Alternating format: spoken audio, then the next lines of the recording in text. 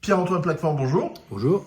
Alors nous sommes le 4 mars, ce mois de mars a commencé très fort, hélas, avec le démarrage d'une nouvelle guerre au Moyen-Orient qui a l'air d'être partie pour durer un certain temps.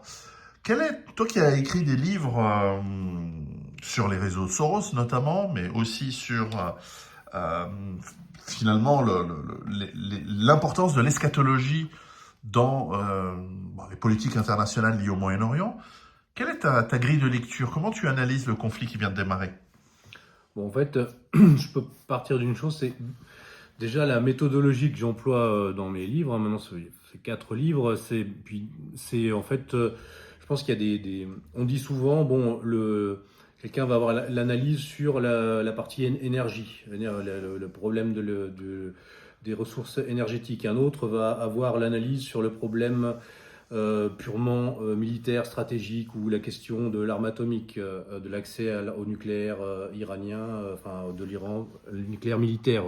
D'autres vont avoir la vision axée sur le religieux. Moi, je pense qu'en fait, on ne peut pas avoir une vision stratégique réelle si on n'additionne pas un peu tous ces champs, en fait, qui sont comme des couches de réalité, en fait, qu'on est obligé d'appréhender. Et là, il y a un écueil dans lequel il faut pas tomber. C'est en fait donc il y a soit la surspécialisation, qui est un peu l'écueil des universitaires et qui pour moi est la faiblesse même, je dirais, de la pensée française contemporaine, universitaire, hein, je dirais, ou mainstream. Et à l'inverse, on pourrait dire la tautologie un petit peu, où là on brasse trop large, ou bien on rentre dans des délires interprétatifs. Et là, ça serait pour le coup ce qu'on pourrait appeler du mauvais complotisme. Voilà. Donc il y a un peu, c'est les deux écueils. Donc moi, ce que j'essaye dans mon travail de faire, c'est de croiser un peu ces différents champs d'études, hein, donc de partir, je dirais, du plus matériel jusqu'au spirituel, parce que je pense que surtout notre époque, tout ça est mêlé. Moi, c'est ce que j'appelle l'analyse métapolitique, c'est-à-dire que tu pars, je dirais presque de l'infrapolitique, de ce qui touche presque donc depuis les problématiques, je dirais presque matérielles, qui touchent toutes les sociétés. Ensuite, le politique, ensuite les questions géopolitiques stratégiques dans lesquelles s'insèrent je dirais, les puissances que tu étudies, et puis l'aspect métapolitique, c'est-à-dire le choc des idéologies, et au-delà même le choc spirituel. Puisque finalement, on est l'être humain. Bon, je dirais fondamentalement, c'est quoi? C'est un animal politique, comme dit Aristote, mais c'est aussi un homo religiosus, comme disait Mircea Eliade. Et c'est un peu les deux pôles fondamentaux de l'humain. C'est l'accès à des ressources matérielles pour survivre dans un monde matériel. Mais en même temps, une fois qu'on a comblé ces ressources, je dirais ces ressources premières, vitales, il y a l'aspect spirituel qui est en fait toujours là. C'est finalement le sens de l'existence de l'humanité sur Terre. Pourquoi je suis là? Et là, finalement, les réponses varient. Et ce qu'on voit, c'est que aussi, là, je pense que ça a à voir aussi avec le fait que les groupes humains, c'est un peu l'histoire de la tour de Babel. Les groupes humains sont divisés en langues différentes. Donc à partir de là, déjà, on a des divisions au niveau même de l'esprit. Donc on a des divisions au niveau matériel sur Terre, puisqu'on doit s'emparer de ressources pour faire vivre notre groupe, et aussi au niveau spirituel, puisqu'on ne se comprend pas d'un groupe à l'autre. Bon, maintenant, voilà, on peut, mais malgré tout, ça crée déjà donc des groupes humains différenciés qui vont se concurrencer sur un espace clos limité qui est la Terre. Donc déjà, ça donne un peu une vision d'ensemble des choses. Et donc dans mon travail, ce que j'analyse, c'est à notre époque, comment, si on veut, cette géopolitique, je dirais, multiscalaire, qui part du matériel et qui va jusqu'au spirituel, s'organise. Et là, on est en plein dedans. Si on prend, et moi j'applique cette méthodologie presque pour chaque acteur du choc des puissances. Voilà. Donc si on prend par exemple, allons directement dans le sujet, Israël par exemple. Eh bien, si on prend cette question-là, on va voir que, et sur la question donc avec la guerre en cours, dans le dernier livre que j'ai là coécrit avec Youssef Indy, Israël et la guerre mondiale des religions, géopolitique et millénarisme. Eh bien, je parle d'abord de l'aspect géopolitique, et donc je montre comment en fait il y a une guerre longue sur la question des ressources énergétiques et de la concurrence entre le globalisme, je dirais, thalassocratique, américano-centré, et puis la Chine qui a depuis des années déployé tous ces réseaux d'interconnexion énergétique et de transport au travers des nouvelles routes de la soie. Voilà. Et il se trouve qu'Israël, avant le 7 octobre, et en fait jusqu'aux années 2021-2022, s'était fortement rapproché de la Chine. La Chine avait même fait des grands investissements dans des ports israéliens. Et puis à partir de, je dirais, 2021-2022, peut-être, là, on a vu une bascule où en fait Israël a commencé à se rapprocher plutôt de l'Inde. Et des grands magnats indiens ont investi justement dans les ports israéliens.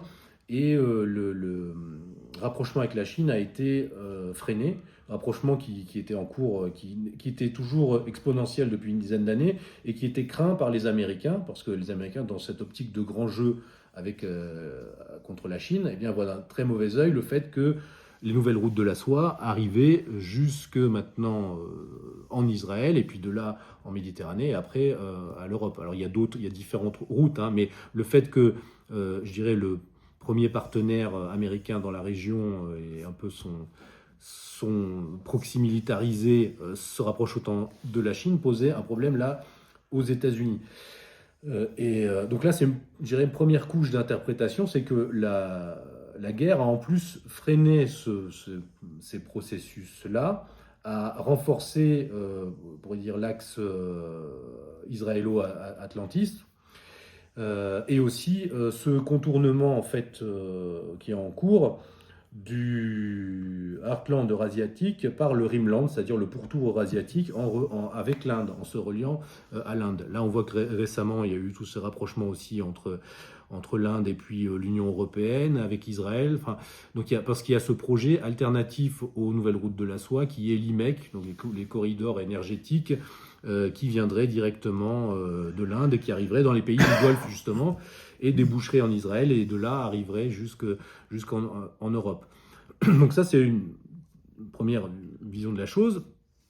Il y avait aussi, après, dans ce même contexte, l'idée aussi de freiner le rapprochement de l'Arabie saoudite, même avec l'Iran et avec la Chine et la Russie. Et donc la guerre pour ça est tombée à partir je dirais la guerre dans son ensemble, parce que finalement c'est la même guerre depuis 2023, mais en fait on pourrait même aller avant, hein, puisque finalement toutes les guerres, et là c'est donc un autre niveau encore d'interprétation, c'est que finalement toutes ces guerres au Moyen-Orient sont dans la continuité les unes des autres, hein. Je dirais, si on doit commencer une séquence de temps, on va prendre la première guerre du Golfe 91. Là, il y a l'effondrement du monde soviétique qui est en cours. Et donc, on peut se permettre là ce grand déchaînement international contre l'Irak. Et puis, depuis, finalement, progressivement, je dirais, le nouveau monde, en fait, se débarrasse de tous les régimes qui sont, en fait, liés à l'histoire du XXe siècle. Finalement, c'est le baasisme irakien, c'était le nationalisme arabe issu du XXe siècle. Là, même maintenant, en fait, on parle d'axe de la résistance, mais finalement, c'est la continuité. Même si, justement, c'est ça qui est intéressant à observer pour notre époque, c'est qu'à chaque étape, Américains, mais surtout Israéliens, ont su jouer les uns contre les autres. Donc c'est maintenant, parce qu'à chaque fois après il y a la réécriture, enfin il y a la propagande, puis après il y a la réécriture où c'était le camp du bien contre le camp du mal, etc. Mais en fait, ça c'est habituel. C'est habituel, mais sauf que quand on regarde dans les événements, c'est toujours entrecroisé.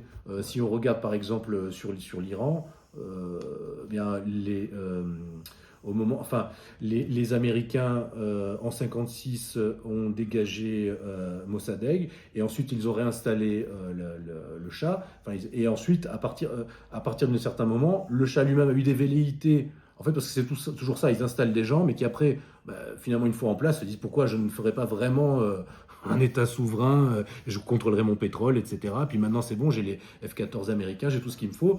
Et en fait, à partir de là, Khomeini lui-même, qui était opposant politique et qui était en exil, a été donc ensuite en exil en France et avait des contacts avec même les services américains et laissait entendre aux services américains que finalement une révolution, un changement de régime à l'époque qui renverserait le Shah ne serait pas hostile forcément aux Américains, parce que la priorité des Iraniens, c'était plutôt et surtout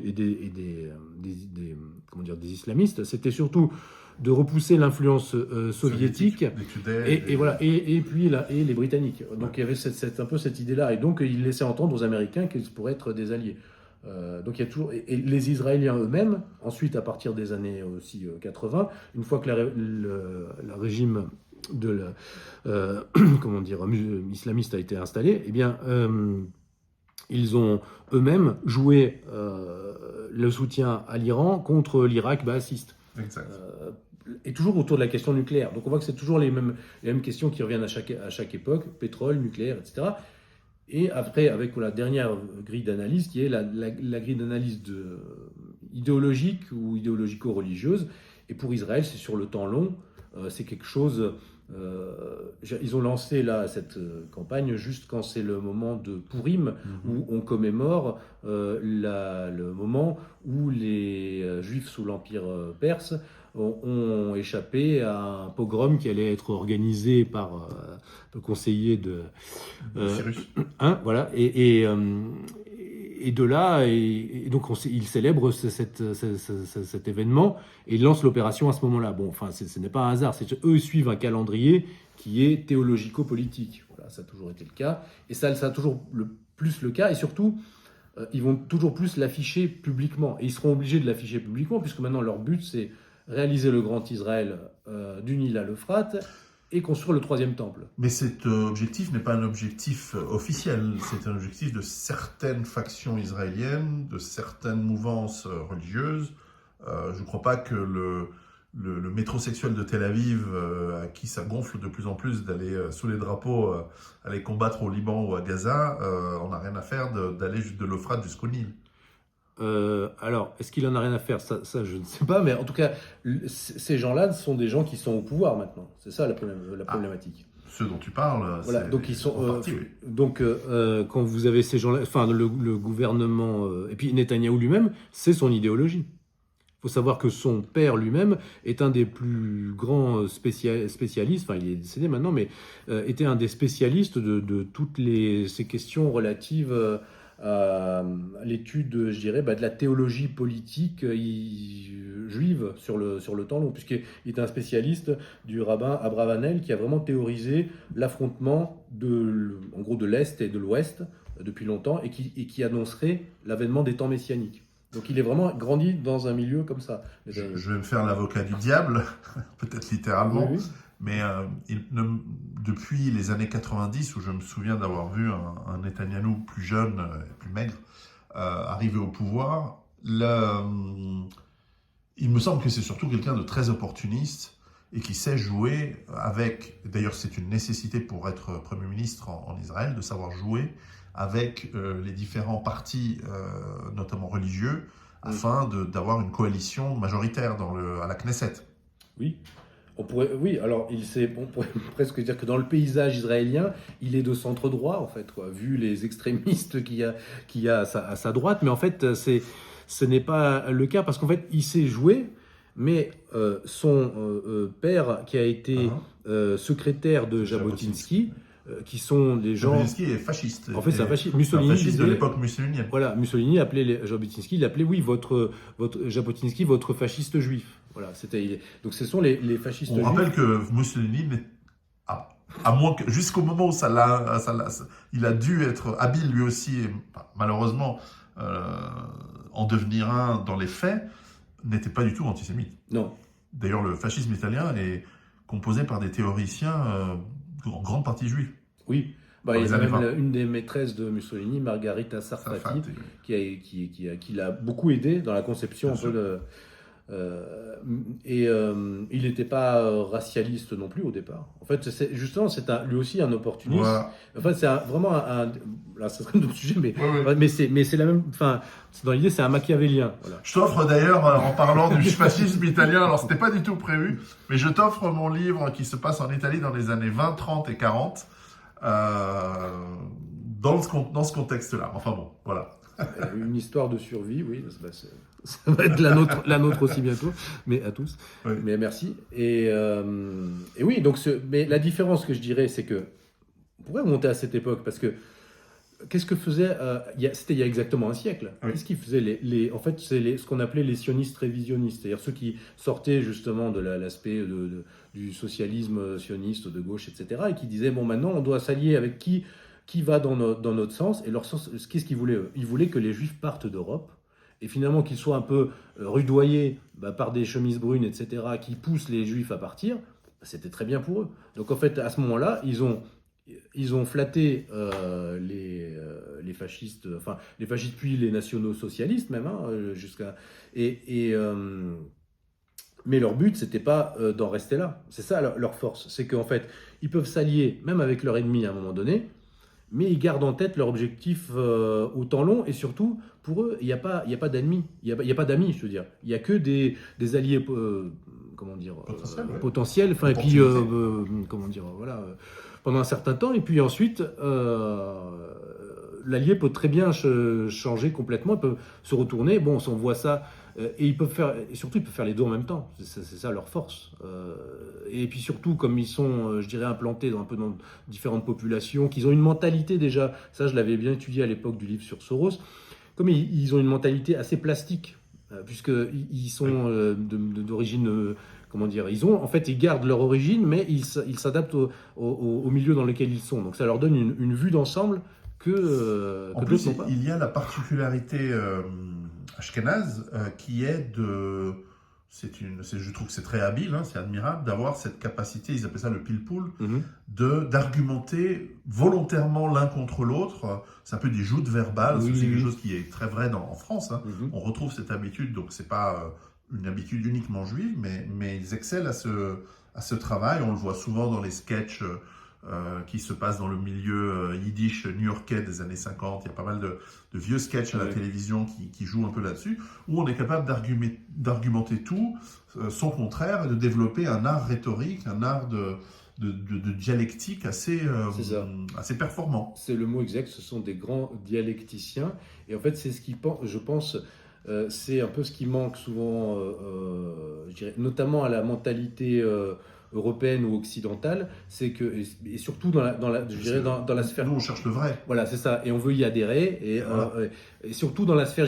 Les protestants sont déjà, enfin, on pourrait parler du judéo-protestantisme, mais surtout dans la sphère, je dirais, catholique ou orthodoxe, et encore plus les catholiques sont le plus comme ça, et peut-être là-dedans les Français le plus, c'est-à-dire quand on a besoin de croire vraiment à ce qu'on fait, à ce qu'on dit, et croire même voilà, au récit qu'on propose. Et en fait, ça, et on a du mal à articuler, eux peuvent articuler vraiment, et c'est comme ça, la dialectique, c'est le moteur de l'histoire. Hein. Genre, c'est bon, tous les grands penseurs l'ont montré, mais quand vous savez chevaucher ces tendances, par exemple, dans les années 30, finalement, c'était quoi? Il y avait socialisme, national-socialisme, hop. Voilà, gauche-droite, gauche-droite.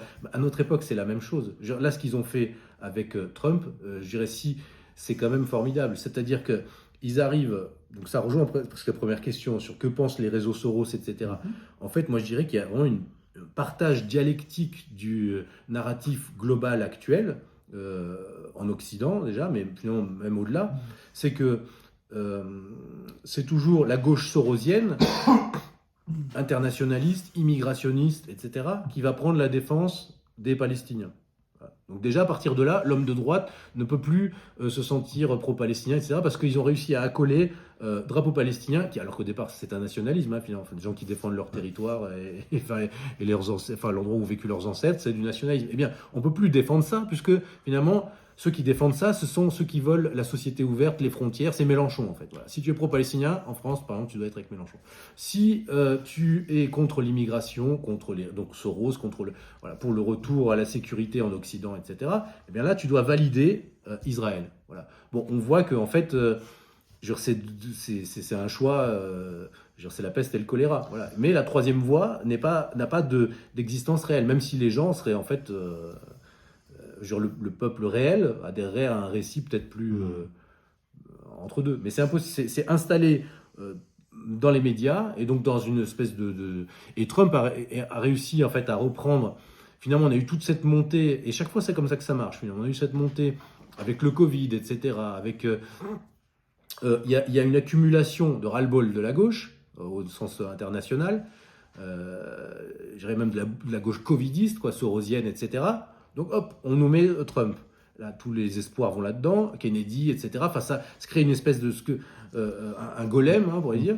Et puis à partir de là, hop, et là l'énergie est transvasée vers ça. Et maintenant, on peut attaquer avec le prétexte que maintenant c'est plus. Enfin, donc ils arrivent quand même toujours à chevaucher la chose. Alors après, et on voit actuellement aux États-Unis, moi ce que je sens, ça va être ça. Enfin, j'imagine si ça dégénérait pas si la situation ne dégénérait pas complètement et qu'on revenait à quelque chose d'un peu plus, je dirais après qu'on reviendrait à quelque chose de plus modéré, bien, qu'est-ce qui pourrait se passer aux États-Unis? C'est qu'on dirait, ah, regardez, on va faire le procès du Trumpisme. Voilà, ça va être, regardez, c'est terrible, en fait c'était n'importe quoi, on a ridiculisé les États-Unis à l'international, on a fait du tort à tout le monde, ICE c'était pas bien, et on va tout mettre dans le même sac, et hop, et on va repartir sur, là on va nous ressortir peut-être Barack Obama ou quelque chose comme ça, et donc là on va repartir sur la gauche, voilà, sur l'aspect société ouverte. Et on bascule comme ça à chaque fois. En fait, c'est du waterboarding géopolitique.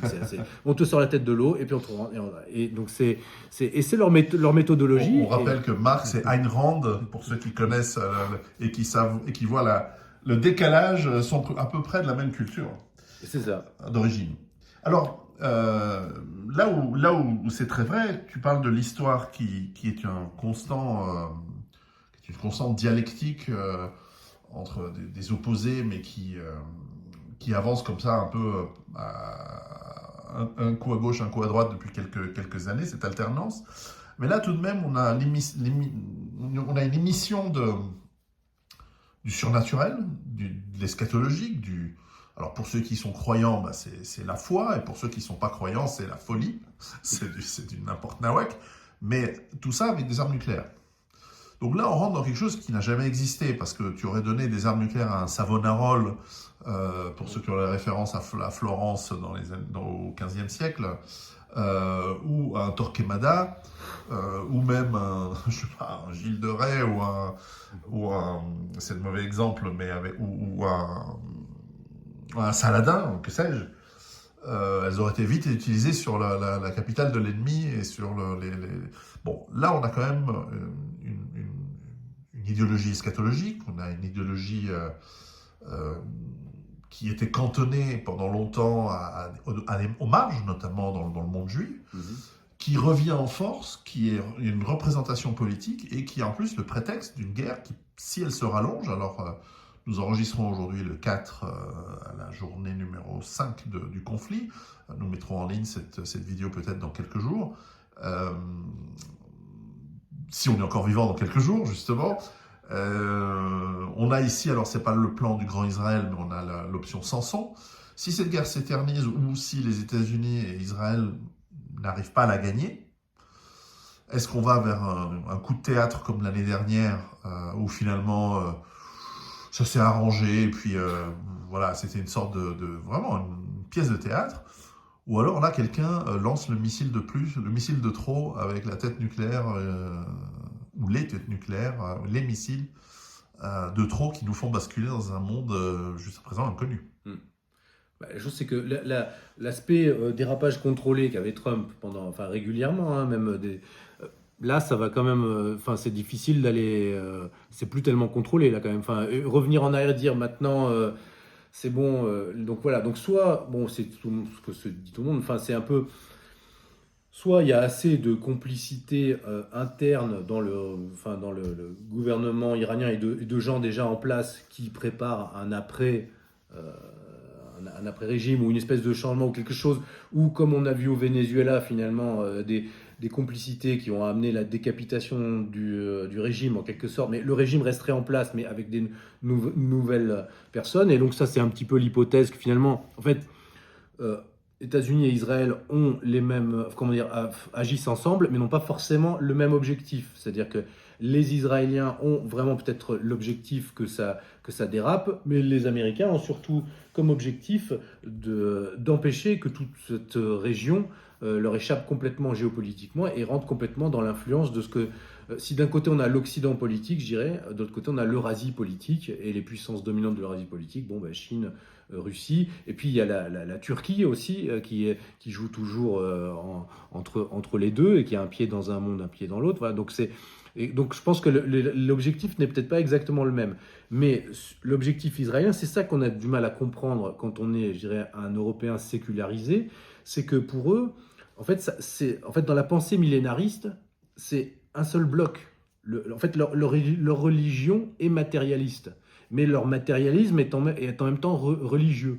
Et leur religion, c'est eux-mêmes. C'est-à-dire, c'est vraiment, tant qu'ils n'auront pas réalisé vraiment les objectifs bibliques pris de manière littérale, tels qu'ils sont interprétés par les commentateurs du Talmud, etc., eh bien, pour eux, en fait, comment dire, ce que le chrétien, je dirais, à titre personnel, attend dans l'après-vie, pour eux, leur espoir, il est ici-bas. Mais à part tuer une vache rouge, reconstruire un temple par miracle, bon, après, il se passe quoi? Ils sont quoi? Ils sont couverts d'or. Il y a les 72 vierges mais c'est là qu'on rentre dans quelque chose qui n'est pas... En fait, je pense que dans leur idée, c'est ça qu'il faut avoir aussi en tête, c'est que, je dirais, on pourrait distinguer les religions qui placent le paradis terrestre à l'origine de l'histoire, et le judaïsme, mais aussi la franc-maçonnerie et d'autres types d'idéologies comme même le socialisme, etc., qui placent le paradis à la fin de l'histoire. Donc ils sont fondamentalement progressistes, autant aussi bizarre que ça puisse apparaître, mais en fait qui sont progressistes parce qu'ils pensent qu'on va... en fait, il faut se rappeler du discours de Trump lors de son investiture. C'est quand il dit on va vers un nouvel âge d'or. Voilà. Musk aussi parle de ça. En fait, il faut voir tout ce qui... En fait, il faut relier un petit peu ce qui est en train de se passer. Quand tu vois ce que les gens là de la Silicon Valley préparent, ou c'est la robotisation, enfin je dirais des prouesses technologiques qu'on nous annonce. Après, est-ce que ce sera réellement le cas ou ce sera du bluff technologique, mais pour eux, on va rentrer dans un nouvel âge d'or. C'est-à-dire, et donc dans la mentalité, la mentalité, je dirais, sioniste millénariste, il faut vraiment comprendre que ce n'est pas la même, comment dire, c'est pas la même approche du religieux qu'aura un catholique ou un musulman. Mais excuse-moi de t'interrompre, même chez des régimes plus séculiers, on parlait du Reich de Milan. Voilà, c'est ça. On parle de l'empire, le nouveau empire romain autour de la Méditerranée, des avenirs des avenirs qui chantent pour la sphère de coprospérité asiatique. Même dans les années 20-30, les régimes fascistes rêvaient d'un futur finalement progressiste. Oui. C'est pour ça que tout le monde pensait être dans le bien. Ces gens pensaient être bons. Le fascisme est une hérésie du socialisme. C'est à mon avis, c'est même historiquement clair. C'est ça. Mais la différence, c'est que si tu lis par exemple le manifeste écrit par Mussolini et Giovanni Gentile sur qu'est-ce que le fascisme, ils disaient finalement, nous les fascistes, on ne croit pas à la fin de l'histoire. C'est peut-être ça la différence. C'est qu'ils étaient assez nietzschéens. Ils disaient en fait, c'est les rapports de force créent des conditions historiques qui seront toujours nouvelles. Et puis finalement, il s'agit d'être fort pour... La révolution permanente. Ouais, c'est un peu ça. Voilà.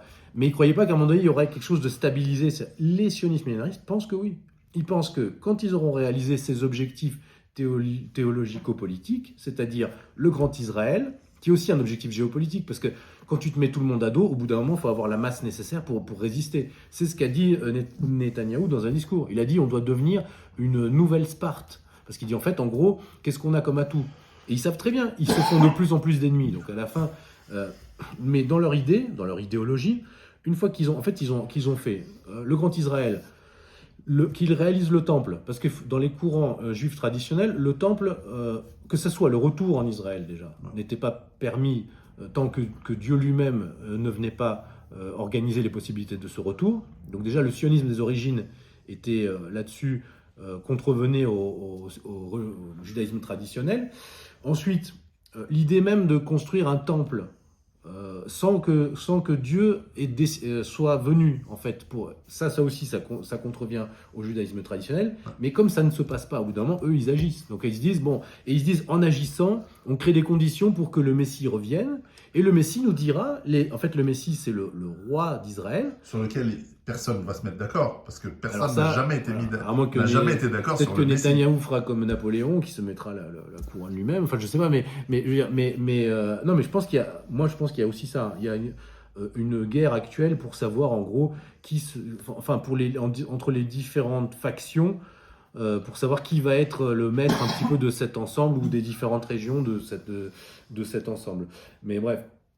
Mais donc il y aurait le temple, le Messie roi, et puis à partir de là, en fait, c'est là qu'on rentre dans le, oui, dans le monde, comment dire, oui, imaginaire, quoi. C'est que en fait, pour eux, une fois que ces conditions sont réunies, et bien là, l'Esprit de Dieu qui s'est éloigné de l'humanité à partir de la destruction du temple de Jérusalem va revenir sur terre. C'est-à-dire qu'en fait, ça ouvre vraiment une période de prospérité générale. Donc ça rejoint la question sur le gué de Tel Aviv. Eh bien, le gué de Tel Aviv, il a sa place dans ce système, puisque après ça, on rentre dans les temps messianiques. J'avais dit métrosexuel, je pas dit gay. Ouais, Mais il y a effectivement aussi, c'est une des capitales mondiales de gay. C'est très sympa d'ailleurs. Pendant Mais bon, même si je suis pas gay, mais ils ont fait beaucoup très de sympa. vidéos pendant la précédente guerre avec l'Iran, où ils disaient oui, on n'a pas peur, on est dans les bunkers, mais on est ensemble et tout. Enfin, c'était assez étonnant de se dire jusqu'au bout. Bon, bref. Mais ces gens-là auront leur place, puisque après les temps messianiques, il n'y a plus les interdits thoraïques habituels. Ah ouais. C'est-à-dire qu'en fait, mais là il y a confusion aussi parce qu'on ne sait pas trop. Certains disent que oui, en fait, ça sera très strict, puis il y aura les lois noachides pour ceux qui ne sont pas juifs, etc. Puis d'autres disent en fait c'est les temps messianiques, donc à partir de là, on rentre dans quelque chose. En fait, c'est le paradis sur terre qui se réinstalle progressivement. Et quand tu lis les rabbins, et quand tu lis même, ou même, oui, certains, je crois que même Maïmonide parle de ça, que en fait progressivement il y aura même la résurrection des morts. Et ça, je pense que. Sûr, ouais. C'est-à-dire que c'est pas Dieu, en fait, forcé. Enfin, ça se fera progressivement. Et je pense que dans leur on esprit. pourra enfin interroger Epstein alors. Voilà, mais dans leur esprit, c'est logique, c'est par la technologie, ça, Ouais. aussi. Parce que pour la technologie, elle a quelque chose de magique. Et c'est vrai Non, que. mais je plaisante un peu face à toi. Les gens ne voient pas mon expression à la caméra, mais la question n'est pas est-ce que c'est débile mental ou pas. La question, c'est s'il y a des gens qui croient à quelque chose et qu'ils agissent en conséquence. Voilà. Il faut en tenir compte et il faut prendre ça au sérieux. Oui. Ça, c'est une réalité. Et tu en parles très très bien dans tes livres, que ce soit sur les réseaux Soros ou justement ce messianisme qui se met en place. Aujourd'hui, on ne peut plus l'ignorer. Moi, pendant longtemps, comme tu le sais, j'ai beaucoup travaillé, j'ai voyagé en Israël, c'est un pays qui m'a toujours plu, qui est sympa, j'ai des très bons amis là-bas, mais j'ai toujours considéré, et d'ailleurs le grand remplacement que subit Israël, qui est différent du nôtre, mais eux c'est simplement dû à la prodigieuse capacité de reproduction notamment des orthodoxes, en tout cas une partie de cela. Moi, j'ai l'impression que c'est un pays qui s'affaiblit en réalité de plus en plus. Alors, entre les métrosexuels qui veulent profiter de la vie, faire du tourisme, voyager à travers le monde et être considérés comme des gens normaux, ce qui est tout à fait légitime quand ils voyagent à travers le monde, entre eux qui n'ont pas tellement envie d'aller combattre parce qu'ils veulent vivre leur vie, et ceux qui veulent pas combattre tout le temps parce qu'ils considèrent qu'ils étudient la Torah et le reste, et qui font 12 gosses, il n'y a plus personne pour tenir la boutique, si je puis dire. Donc moi j'ai l'impression que c'est un pays qui est un peu en bout de course, et je me demande si c'est ce sentiment, cette intuition de faiblesse qui les pousse à un va-tout, une fois pour toutes, qui est très dangereux pour eux et pour tout le monde en fait. Mais je pense qu'il y a en fait quelque chose d'assez nihiliste et sombre derrière ça. Mais qui en fait, bon alors, il y a un peu le complexe de Masada, un peu, tu vois, c'est presque, on préfère finalement finir isolé, mais voilà, même massacré, etc. Mais en fait, on aura tenu sur, bon ça c'est voilà, effectivement, c'est dans une certaine faction du judaïsme politique, du judaïsme politique j'entends, qui est issu effectivement du sionisme révisionniste de Jabotinsky, etc. Et donc Netanyahou, et puis ces gens-là. Tous, effectivement, ne sont pas dans cette mentalité-là. Et ils ont cette problématique que tu décris. On voit en Europe, en plus, ils ont une fuite des cerveaux, puisque les gens formés s'en vont par crainte de ce qui se passe.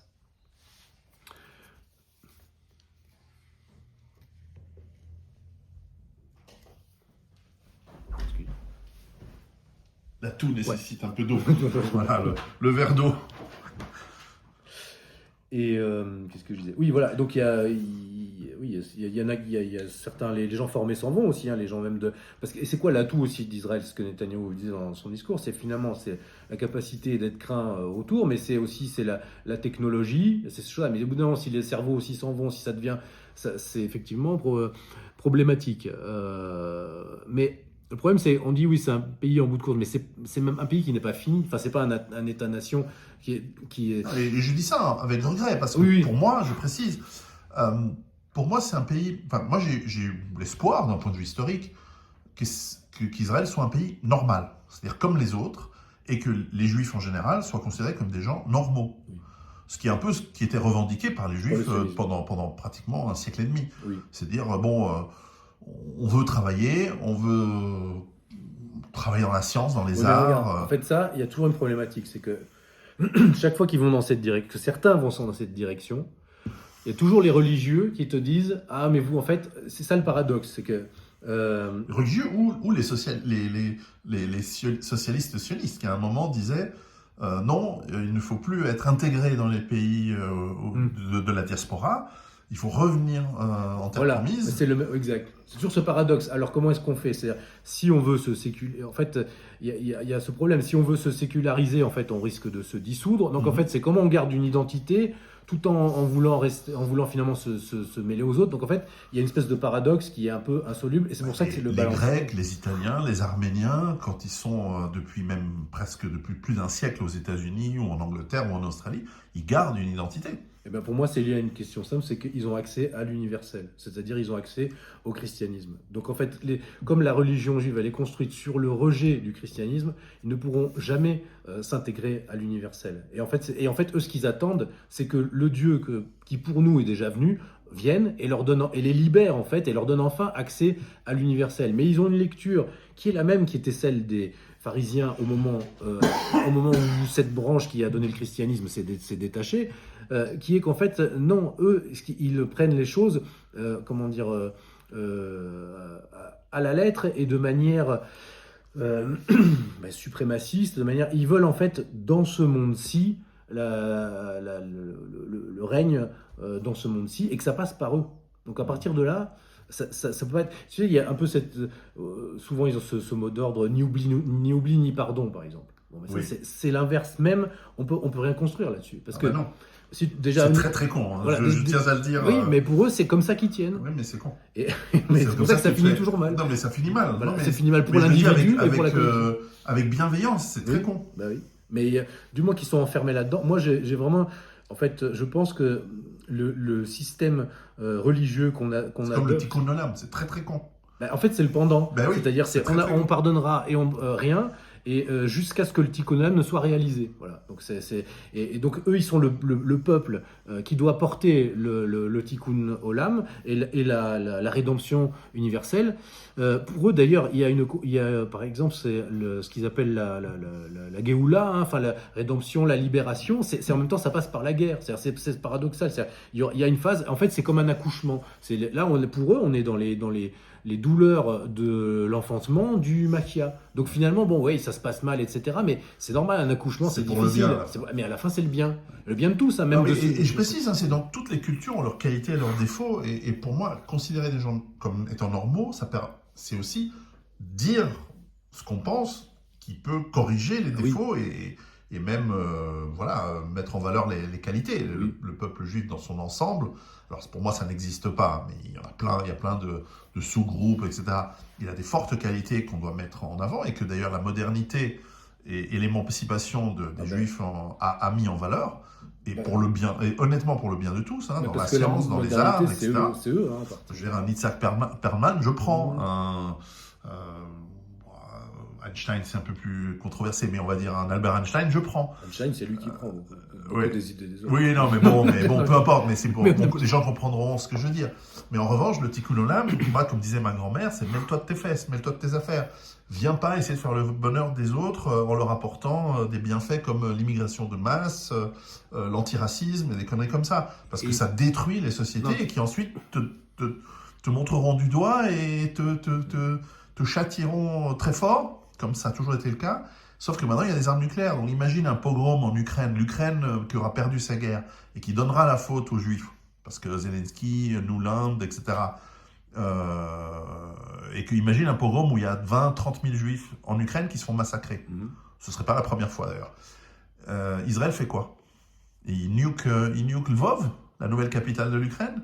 Qu'est-ce qui se passe? Enfin, je veux dire, avec l'arme nucléaire, on est là, dans un ils autre investissent monde. massivement, enfin, ils continuent à construire, à investir aussi, hein, parce qu'en fait, c'est ça aussi le truc, c'est que eux ils savent que, enfin, parce que nous, on raisonne en européen, donc on se dit, ah oui, Israël, État-nation, etc. Mais non, pour eux, c'est un hub momentané, même, enfin pas momentané, ça doit être le hub terminal, mais c'est relié à d'autres plateformes, en Argentine, en Ukraine, et puis ils ont des plans en France. Parce que pourquoi est-ce que la France est un des pays les plus répressifs à tous les niveaux? Parce que et sur la liberté d'expression, il y a quand même un problème. Donc et le problème, il va être là, c'est que si tu crées des appareils comme ça législatifs qui empêchent de parler, genre, ça va se retourner contre eux avec une violence inouïe. Surtout avec 50% des moins de 20 ans qui ne sont pas français, Bah oui. si je puis dire. C'est pour ça que là, ils sont pressés de passer, qu'ils sont passés très vite du mode. Mais bon, on avait vu.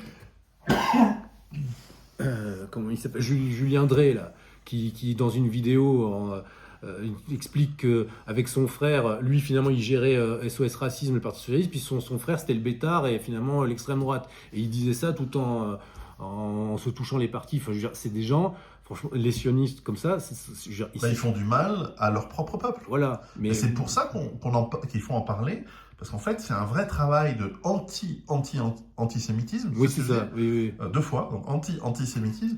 C'est un vrai travail d'amour, je trouve. Et ce que tu fais dans tes livres, c'est dans ce sens-là, je trouve, d'aider ce peuple, enfin, qui va sûrement dire on n'a pas besoin de toi pour nous aider. Ok, d'accord.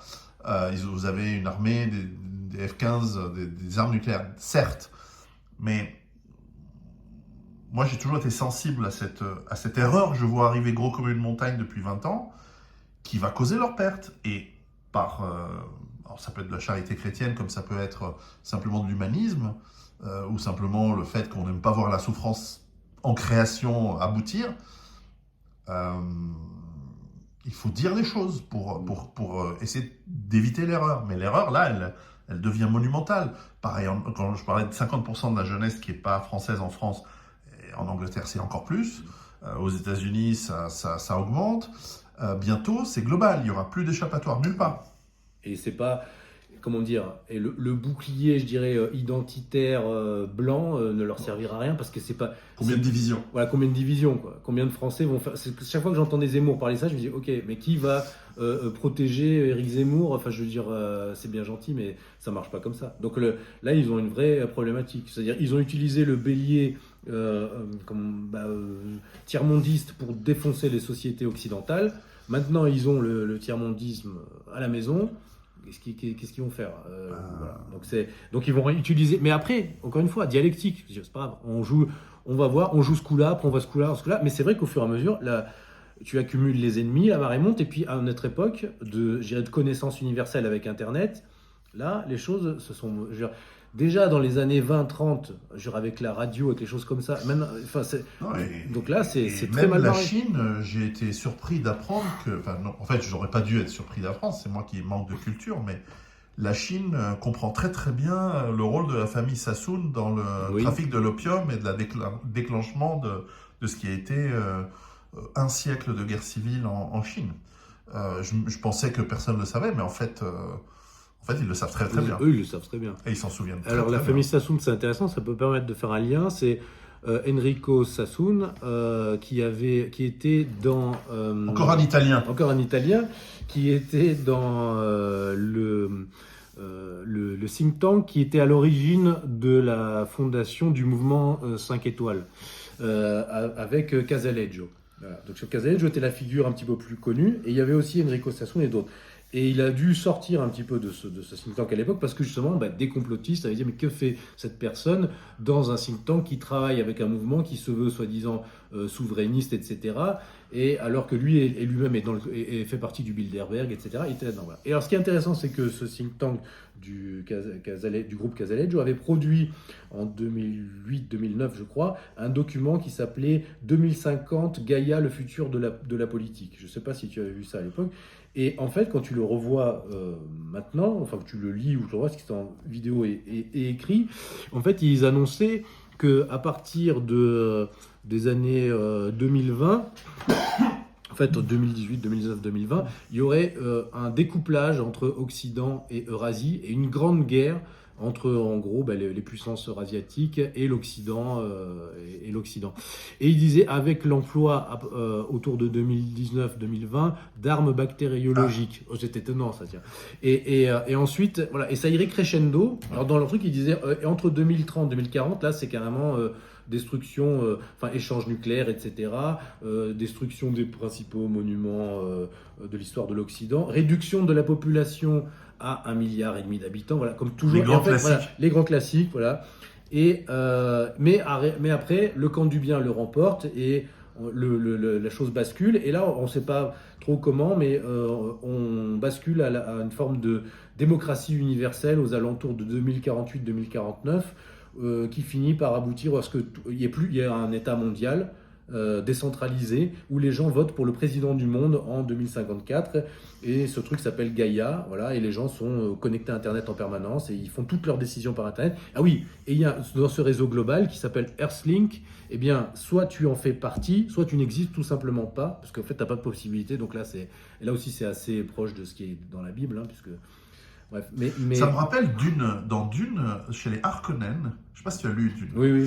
Les Harkonnen ont une sorte de valve cardiaque qui est installée chez tous les habitants, sauf les castes dirigeantes. oui. Et à chaque instant, si tu n'obéis pas correctement, on te déconnecte ta valve, on t'arrache cette petite goupille. Oui.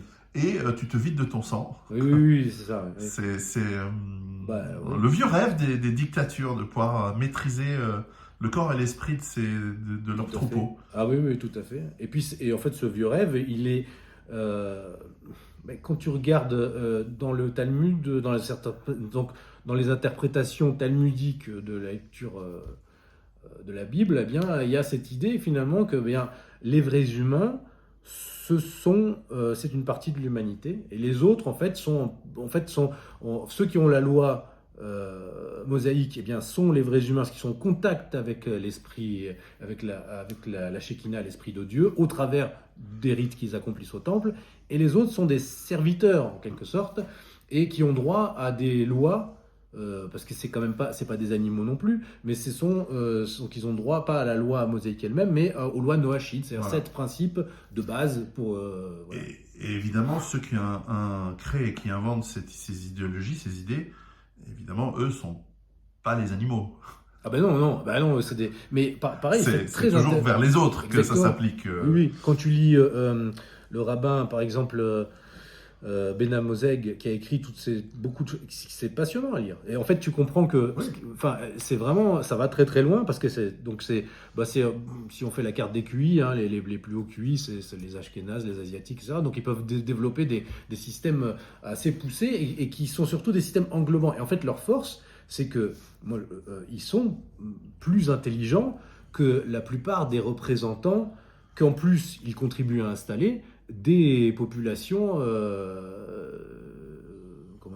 chrétiennes notamment, donc, ou post-chrétiennes, voilà. Et surtout en nous sécularisant, ils nous ont enlevé, parce qu'ils disaient oui, ça nous paraît fou et tout, mais en fait ça paraissait pas fou pour un homme, un chrétien du Moyen-Âge, etc., puisqu'il vivait dans un monde... Ah bah oui, et puis, mais en revanche, le chrétien du Moyen-Âge, il aurait roué de coups immédiatement, voilà, vu oui. le type qui se pointe et qui baisse pas la tête, quoi. C'est ça. Mais ce qui est fascinant à étudier, c'est que en fait, ils n'ont jamais lâché, et même dans les moments où ils étaient complètement périphériques dans l'histoire, où ils étaient souffletés publiquement, eh bien, ils avaient des rabbins comme Abravanel et autres qui théorisaient le moment où en fait ils auraient de nouveau le pouvoir, enfin un pouvoir absolu qui serait donné par Dieu. Et ce qui est étonnant, c'est que, et là, par exemple, le père de Netanyahou lui-même est un spécialiste de ces questions-là, un érudit, un universitaire reconnu, qui a étudié ces questions-là, et c'est vraiment étonnant.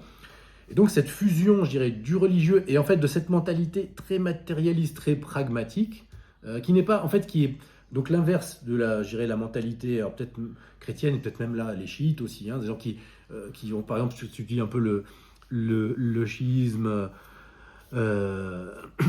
iraniens, tu vois qu'ils ont développé un tas de concepts très puissants même, hein, mais au niveau, je dirais, de la gnose, de choses de système un peu d'arrière-monde, de choses très complexes, mais qui finalement ne sont pas autant, comment dire, liées à l'idée de contrôler les choses matérielles, etc. Alors que quand tu regardes dans ce judaïsme-là, eh bien, il y a vraiment cette idée que c'est une forme de matérialisme religieux, en fait. Hein. C'est pas pour rien que des gens comme Gershom Scholem, hein, donc des spécialistes juifs, ont étudié comment on est passé du judaïsme comment dire, pourquoi on trouvait, par exemple, cette question que posait Gershom Scholem, ou Michael Lovy, un autre aussi, pourquoi on trouvait autant de juifs dans les mouvements socialistes ou communistes radicaux matérialistes. C'est paradoxal, mais en fait non, parce qu'en fait ce sont des gens qui, en fait, ne croyant plus vraiment au système religieux, continuaient à garder les représentations et les schémas idéologiques du judaïsme, mais appliqués aux politiques. Donc avec l'idée de paradis terrestre réalisé par la force de l'homme, etc. Donc d'où le fait qu'ils soient surreprésentés là-dedans, à part aussi le fait que forcément ils vont adhérer, dans une époque où la société européenne est plus chrétienne conservatrice, ils vont adhérer plus au mouvement qui veulent émanciper les gens qui sont sous la... Pour être juste, nous avons aussi dans les mouvements marxistes un élément chrétien très important, puisqu'il y a l'idée de Satan, c'est le propriétaire, il y a des transpositions de structures mentales religieuses chrétiennes qu'on retrouve aussi dans les structures mentales du communiste de base. Hein. Oui, ça oui. Parce que si Marx du communisme de base, mais chez vraiment, quand tu regardes les cadres, les intellectuels, les gens qui... Si Marx était de culture juive à la base, avec un retour contre le refoulé de sa propre culture assez fort, hein, d'ailleurs, quand on lit Marx, Engels, lui vient du monde chrétien. Oui, tout à fait. Et les deux ensemble, il y a des structures qui sont très religieuses, il me semble, quand je lis les textes marxistes. Oui, mais en fait, toutes les idéologies, finalement, ont des soubassements religieux, et on n'y échappe pas. Et en fait, plus on va vers même des idéologies... En fait, même pour être athée, il faut être d'une foi immense. Genre croire qu'il n'y a rien et qu'il n'y a que la matière. Pour moi, c'est un tel... En fait, il faut vraiment croire en ça, en fait. Ou alors, il ne faut pas réfléchir. Mais c'est impossible. Pour moi, il y a forcément un saut. Alors après, il y a des gens je parle pour les gens opportunistes. Alors ça, c'est un autre sujet. Après, il y a ça aussi, voilà. Mais c'est vrai que quand on voit, par exemple, c'est vrai qu'un Staline, par exemple, comme un Mussolini, ils me paraissent pas des gens très structurés religieusement. C'est des gens assez opportunistes, assez très intelligents dans les deux cas. Pas avec le même rapport à la violence, hein, c'est sûr. Mais clairement, c'est pas aussi les mêmes cultures. Hein. Tu connais bien la culture russe. Peut-être qu'elle nécessite plus de violence que la culture italienne pour que ça fonctionne, sinon ça va pas. Mais voilà, alors écoute, je voulais conclure là-dessus moi j'ai envie de... Enfin, c'est toujours comme ça. Lorsque l'on parle de ces sujets, il y a toujours, on porte toujours le flanc à des attaques ou des insultes. Mais moi, j'ai lu tes livres que j'ai beaucoup appréciés et qui correspondent aussi c'est pas le même sujet, mais à ma pensée, qui est une pensée de paix. C'est-à-dire ce que nous voulons, c'est expliquer, décrire pour que les gens, les peuples vivent en paix et pas qu'ils se foutent sur la gueule, surtout pas avec des armes nucléaires. Et que notre démarche n'est enfin je crois que ta démarche, je te laisserai conclure là-dessus. Et après, on passera dans la deuxième partie de la vidéo qui sera peut-être plus personnelle. On va aller un petit peu plus loin sur ton parcours personnel. Parce qu'en fait, on se connaît depuis très longtemps, mine de rien. C'est vrai. C'est rigolo.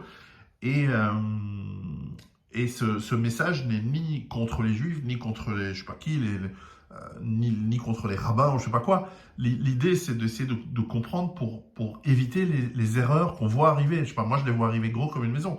Moi, je vois la Shoah numéro 2 arriver, mais il y a une vitesse grand V, et en fait, ce serait cruel de ne rien dire et de rien faire aujourd'hui. Mais à mon avis, ça n'arrivera pas, parce que c'est donc l'option Samson, mais je dirais au maximum, c'est-à-dire, Samson, c'est quoi? C'est guerrier hébreu qui a fait s'effondrer sur lui-même un temple alors qu'il était entouré de Philistins, dont les Israéliens disent que ce sont les ancêtres des actuels Palestiniens. Donc, Ils étaient chez eux alors, voilà. déjà à l'époque. Il y a quand même un problème un peu récurrent, mais bon. Mais c'est pour ça qu'il y a aussi, dans le christianisme, les pères de l'Église ont développé différentes lectures du texte biblique pour se dégager de cette... Parce qu'effectivement, si tu le prends de manière littérale, tu répéteras à l'infini une espèce de... je dirais de la cybernétique, quoi. C'est des boucles rétroactives infinies, quoi. C'est-à-dire tu vas constamment recréer les mêmes choses. Et donc avec cette idée de ni oubli ni pardon, comme on dit, donc on n'en sort jamais, et c'est de tragédie en tragédie jusqu'à...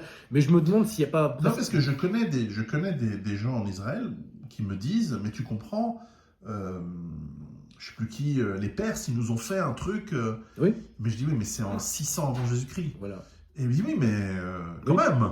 Ah, c'est pas le même espace-temps. C'est ce qu'avait répondu, je crois. Les Allemands en 1944. Exact. Je dis oui, mais putain, c'est il y a 90 ans, il n'y a plus personne qui est vivant de cette époque. Oui. Ah oui, mais tu comprends, mon grand-père, il a beaucoup souffert. Je dis oui, mais je veux dire, c'est délirant ce que tu me racontes là. Mais c'est ce qu'avait répondu Poutine. Mon grand-père aussi, il a beaucoup souffert, mais Oui, je m'en oui. fous. Moi, je les aime bien, les Allemands. Oui. Enfin, Oui, mais ça, c'est la. Je me rappelle même les Russes. Je me rappelle une fois de Russe qui me disait ça aussi. Oui, enfin, les Allemands, il faut qu'ils arrêtent de se flageller à ce point-là. C'est bon. Alors que c'est fait les Russes eux-mêmes qui te disent ça. bah oui. Mais ça, c'est dans la mentalité justement. Au bout d'un moment, en fait, ça a toujours été installé. C'est qu'au bout d'un moment, il y a le pardon personnel, puis il y a l'oubli collectif. Mais oui. C'était même des rituels comme ça chez les Grecs, etc. Ou pour passer à autre chose. Sinon, on n'en sort jamais. Voilà. Mais le problème, c'est que tout a été construit sur cette idée. Donc, même, en fait, c'est le problématique, c'est ça, c'est cette espèce d'auto-déification, même le terme d'holocauste. Bon, c'est un terme religieux. Donc, c'est-à-dire que c'est eux-mêmes qui ont été livrés. En fait, eux-mêmes sont la victime sacrificielle, donc ça remplace presque le Christ, hein, dans cette idée-là. Et en fait, du moment qu'on rentre là-dedans, ils seront toujours dans ce... Et c'est vraiment problématique. Et puis, effectivement, ils ne vivent pas dans le même espace-temps. Alors après, nous, on a le défaut inverse. Hein. Enfin, nous, là, je pense collectivement. Oui, l'Occident est trop matérialiste. Trop tralala, poète, vraiment, non, c'est voilà. sûr. Mais C'est sûr. Mais voilà. Et On lance quand même un message de paix. ouais, On espère que le dialogue et la paix peuvent se mettre en place. C'est pas gagné, mais je sais en tout cas l'explication que tu donnes dans tes livres. Je mettrai en bas, dans la description de la vidéo, tous tes livres et bien sûr sur ton réseau. Oui, alors sur le Substack, Pierre-Antoine Plaquevent, substack.com. Sur les différents télégrammes, mon télégramme Pierre-Antoine Plaquevent, le télégramme Stratégica, c'est là essentiellement que vous pouvez retrouver mon travail, et puis les éditions Culture et Racines qui ont édité donc mes deux premiers livres, enfin mon premier livre et le dernier, et c'est-à-dire Société ouverte, Soros et la société ouverte, et Israël et la guerre mondiale des religions. Les deux autres livres, Globalisme et des populations et Société ouverte contre Eurasie, sont chez Stratégica. Parfait. Pierre-Antoine Plaquevent, on se retrouve pour la deuxième partie tout de suite. Merci.